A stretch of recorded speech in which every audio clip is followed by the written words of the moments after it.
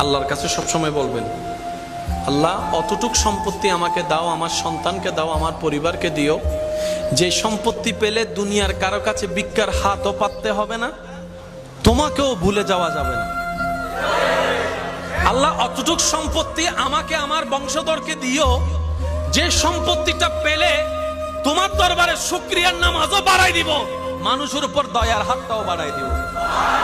আল্লাহ আমাকে আমার পরিবারকে অতটুক সম্পত্তি দিও না, যে সম্পত্তিটা পেলে তোমাকে ভুলে যাব, তোমার নবীকে ভুলে যাব, ইবাদতের কথা ভুলে যাব, অহংকারী হব, হিংসুক হব। আল্লাহ সেই সম্পত্তি দিও না, যে সম্পত্তি পেলে দুনিয়াতেও লাঞ্ছনা, আখেরাতেও লাঞ্ছনা।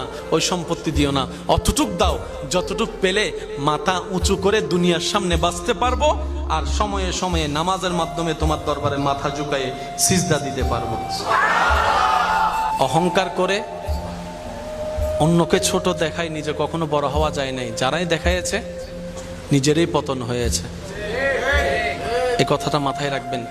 আপনি কারো কল্যাণে, কারো ভালো দেখে যদি আপনি হিংসা করেন, কোনো হিংসায় পদক্ষেপ নেন, ক্ষতি আপনার।